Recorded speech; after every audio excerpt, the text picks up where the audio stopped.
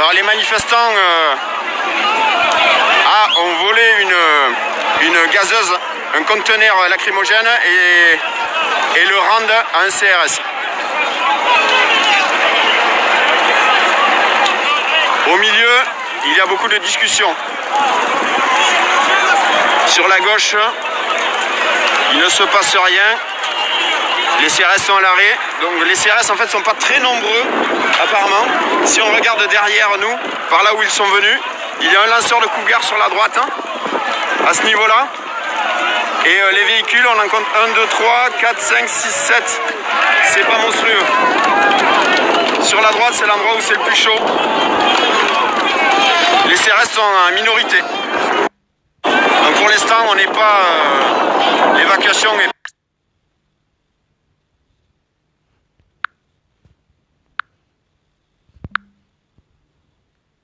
Les manifestants crient CRS.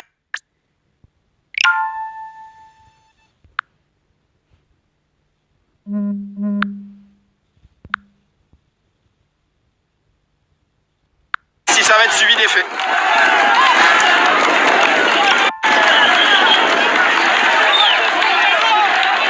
Le chef du dispositif, le colonel, est ici, est en train de discuter avec un des responsables.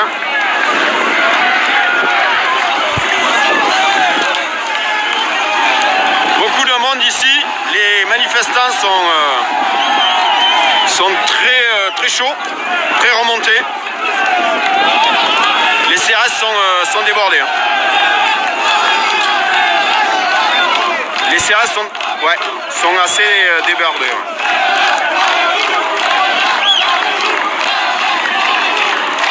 Le chef du dispositif discute. Un Cougar vient d'être tiré. Il tombe là. Mais il y a beaucoup de vent. Donc, comme vous pouvez le constater, il n'y a personne au milieu du rond-point. Donc les effets du gaz sont anecdotiques, voire nuls.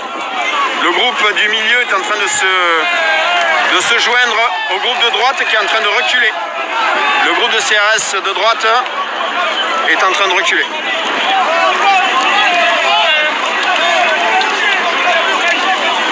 Il y a beaucoup de discussions. Donc on sait que... je vois 1500 personnes qui regardent cette vidéo. Je vous remercie à tous. Je vous remercie de suivre. Je sais pas ce qui se passe. Les manifestants applaudissent les CRS. Bon, on sait très bien qu'une majorité de gendarmes et de policiers sont favorables au mouvement des Gilets jaunes. À Bordeaux, des policiers ont enlevé leur casque en signe de solidarité. Tout le monde a vu cette vidéo sur Facebook. Donc bon. Mais là, c'est clairement le manque d'effectifs là qui fait défaut au CRS. Il faudrait au moins 2 fois plus. Cela, tout le monde parlemente, c'est impossible de virer par la force. On sent que les manifestants sont très remontés et vont résister. On a 2 avions qui passent dans l'air, mais ça ne doit pas être pour nous. On va pas se faire bombarder, je pense. Il y a par contre toujours l'hélicoptère de la sécurité civile qui a alerté les manifestants au moins 10 minutes avant l'arrivée des CRS. Donc à gauche du dispositif, il ne se passe strictement rien. Au milieu, le groupe du milieu s'est déporté vers la droite. Et à droite, c'est l'endroit où c'est le plus chaud. Apparemment, les manifestants tournent le dos au CRS et s'éloignent en direction du Brico Dépôt. On ne sait pas pourquoi. Il y a encore une cartouche qui vient d'être tirée de Cougar avec du lacrymo en plein milieu. Mais ça sert strictement à rien. Il n'y a personne et il y a énormément de vent, vous voyez. Une deuxième cartouche de Cougar qui vient d'être tirée. Elle arrive. Voilà, elle touche le sol. Elle est toujours en plein milieu du rond-point, donc ça ne sert pas à grand chose. Si, par contre, ça pique les yeux. Ouais, moi j'en prends.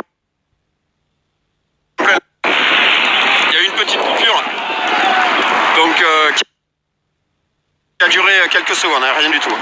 Il s'est rien passé, donc les manifestants se sont reculés vers le Brico-Dépôt. Toujours les barrages flambent. Donc c'est un mélange de palettes, de pneus, de tout ce que vous voulez. Donc là on est en direction des Margues. Ok. L'usine Royal Canin se trouve derrière nous, donc les CRS sont venus de ce côté-ci, donc du côté de Lunel.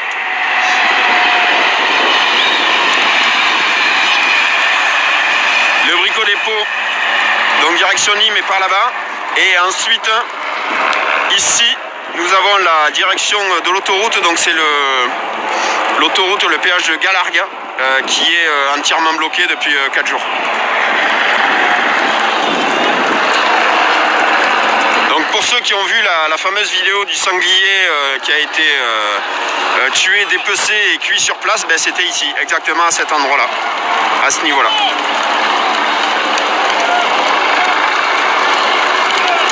Bon, je remercie tous les gens qui suivent cette vidéo, ce live.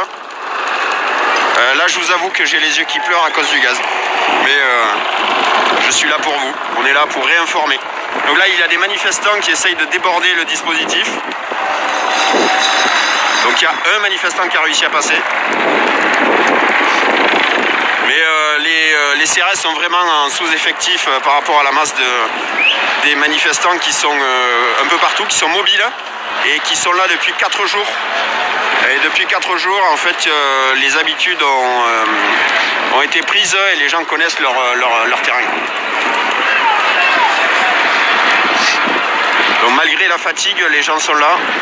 Donc cette nuit, il y a eu des orages très importants dans le Gard, avec des crues torrentielles, comme on a l'habitude dans le coin. Et donc ça a fait baisser la mobilisation.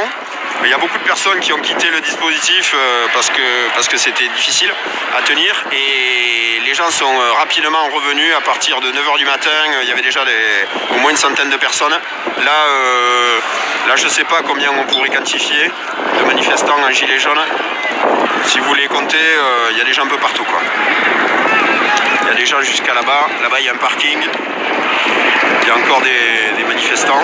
Et il y a la voie ferrée qui est juste à côté. Donc, il y a eu une consigne qui a été donnée ce matin. En cas d'évacuation, les manifestants devaient se rendre sur la voie ferrée. Là, c'est en train de taper, là. Ça gaze, mais les CRS sont contre le vent, sont sous le vent, donc ils se gazent eux-mêmes. Il y a une OF qui vient de péter. Non, c'est du gaz. C'est du gaz et il y a des bouteilles du coup qui sont envoyées par les manifestants. Mais le gaz ne sert strictement à rien, il sert vraiment strictement à rien. Vous voyez, là, ça vient de péter et voilà. Donc là ça avance un petit peu, il y a un peu d'action là. Donc là le rond-point donc le milieu du rond-point commence à être dégagé à moitié. Par contre sur la gauche il y a encore des manifestants, comme vous pouvez le voir ici, qui sont encore sur le côté du rond-point. Le Cougar est ici, à nos pieds. Là on retourne au milieu, c'est là où il y a le plus de mouvement.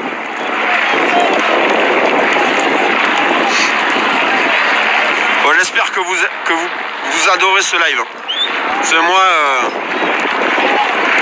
j'avoue que je l'aime beaucoup. Donc on a quelques renforts qui sont arrivés depuis... on n'avait pas vu ça. Il y a des renforts qui sont venus depuis du côté des Margues. Voilà, de ce côté-là. Donc des renforts qui sont arrivés et qui viennent renforcer ici. Le petit groupe qui est à droite là, c'est le 1A là, qui a renforcé ce mouvement. Ah, ça bouge sur la gauche. On entend des cris. Bon, petit à petit, le rond-point est évacué, hein, malgré tout. Malgré le manque d'effectifs. Mais on a discuté donc avec les manifestants qui nous ont dit que s'ils étaient délogés, ils partiraient, ils reviendraient. Donc en fait, on est vraiment sur des tactiques de guérilla. Donc là, jusqu'à présent, le mouvement était fixé sur les ronds-points. Donc les manifestants restaient... on a un deuxième Cougar qui vient à nos pieds là. Donc vous voyez, les cartouches sont logées dans le gilet, dans le dos. Voilà. Donc ils doivent être deux pour se les passer en fait. Donc là, une partie des manifestants s'en va vers l'autoroute. Donc les manifestants nous disaient que s'ils étaient délogés, ils rentreraient chez eux et une fois l'évacuation, les forces de police et de gendarmerie parties, ils reviendraient bloquer soit ici, soit ailleurs. Voilà. En fait, l'avantage, ce qu'on peut en tirer de ce mouvement, c'est que l'avantage des manifestants, c'est qu'ils sont sur place, c'est leur zone et ils habitent sur place, donc il n'y a pas de difficulté au niveau logistique, c'est très facile en fait. Donc ils peuvent interrompre et reprendre complètement.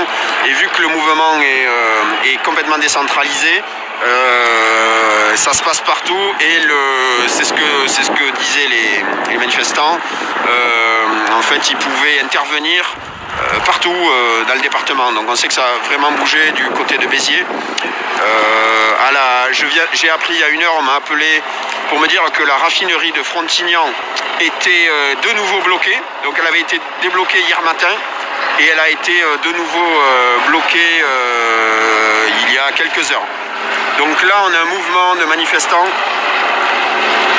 Donc le rond-point, et si on fait un point, le rond-point est complètement dégagé. Vous pouvez le voir. Ok.